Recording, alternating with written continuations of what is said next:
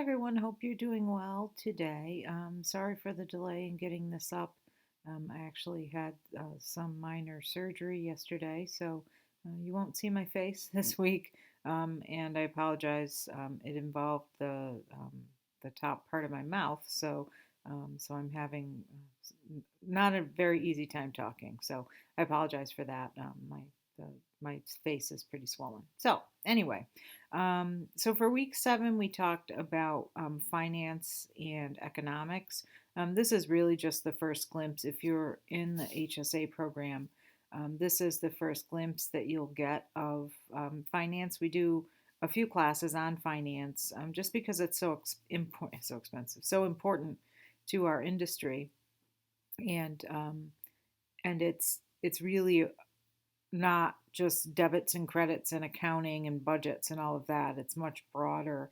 The notion of reimbursement in itself is so important to the industry. Without healthcare reimbursement through government payers and private payers, we wouldn't have an industry because it's based on that. So very, very important, no matter what job you would hold, from the person that cleans the floors to the people that work in the offices to the nurses and other staff that provide care, and obviously physicians and the executive suite. So it's important to everybody. They all need to understand what their role is in that process.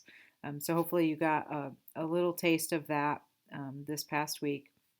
We also talked a bit about ways that we can improve um, improve the cost of healthcare in this country. I think there are a lot of ways that folks have great ideas about, especially when you're talking about the political world right now, because we're approaching a presidential election. There are lots of people, professing that they'll fix the system. But sadly, most of the ways that they suggest fixing the system would never be passed by the Congress as a whole. So we need to really think about, as an industry, how do we fix our industry and go forward from there, because we can actually have impact on our day-to-day operations, whereas the folks in Washington and in our state governments not necessarily can do that.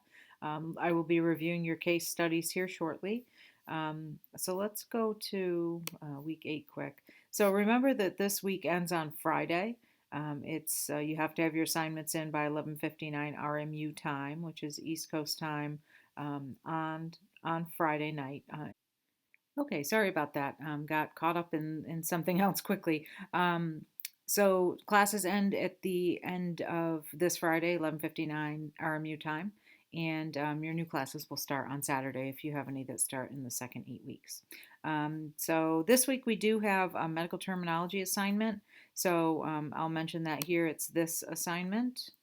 You'll just fill in the correct answers. If you have a full version of Adobe Acrobat, or a version that will allow you to type in a PDF form, have at it.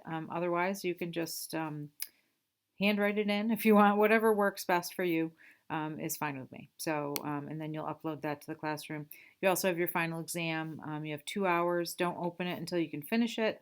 You have 2 hours to take the test. It's 50 questions, I believe, very similar to the types of questions you've seen on the quizzes thus far. And speaking of quizzes, let's go over a couple of questions quick. Hopefully can help you as you prepare for your final exam.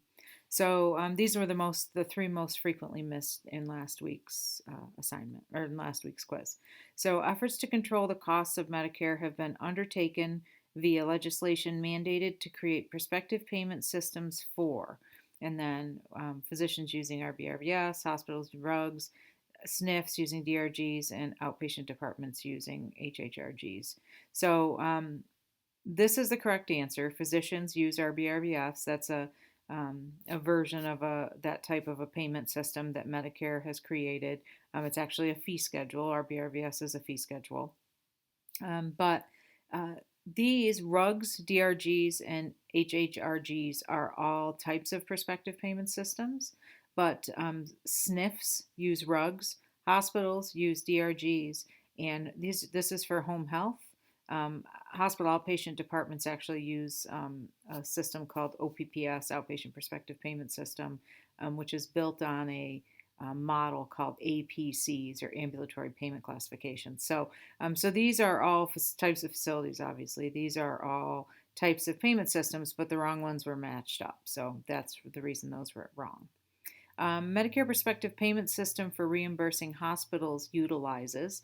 So obviously, going back to the previous question, we have these prospective payment systems that have been developed to move forward the efficiency and effectiveness of prospective payment.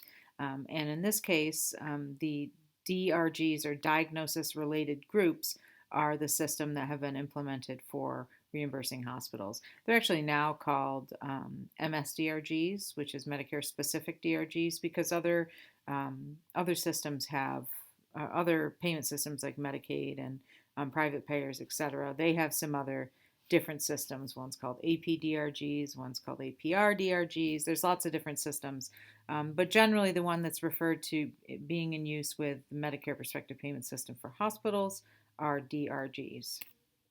Last one, true or false, government-owned healthcare organizations generally pay taxes on profits.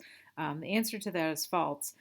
Actually, they don't. They're considered similar to a nonprofit organization, but they do have to. If a government owns an organization, a good chunk of that money that they may make as profit goes directly back to the government. So I worked for a state-owned organization in New York.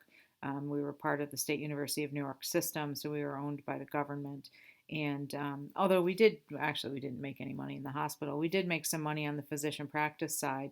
Most of that went right back into salaries and whatnot for staff and payments for space. However, if we did have a surplus, it all went back to the State University of New York. So we didn't. That's not money that most government-owned healthcare systems get to keep. So therefore, they don't pay taxes on it either.